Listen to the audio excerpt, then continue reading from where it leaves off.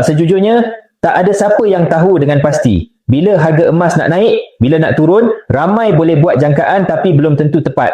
Jadi, daripada buang masa tunggu harga turun, lebih baik fokus tambah gram emas, sebab satu perkara yang pasti, harga emas akan naik dalam jangka panjang akibat inflasi dan kejatuhan nilai duit kertas. Jangan tunggu harga, yang penting bermula dan konsisten. Bila tuan dah bersedia, save video ini siap-siap sebab saya nak tunjukkan step mudah supaya tuan boleh asingkan simpanan jadi emas di Public Gold.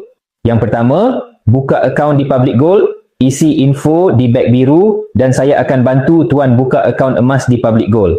Pendaftaran adalah percuma dan akaun tuan hanya akan aktif bila tuan menyimpan emas pertama kali di Public Gold. Baik, lepas pendaftaran akaun, tuan akan ada akses untuk login ke dalam apps Public Gold. Di apps nanti, tuan boleh sahkan akaun dan login guna IC sendiri tanpa dash sebagai username dan password sementara.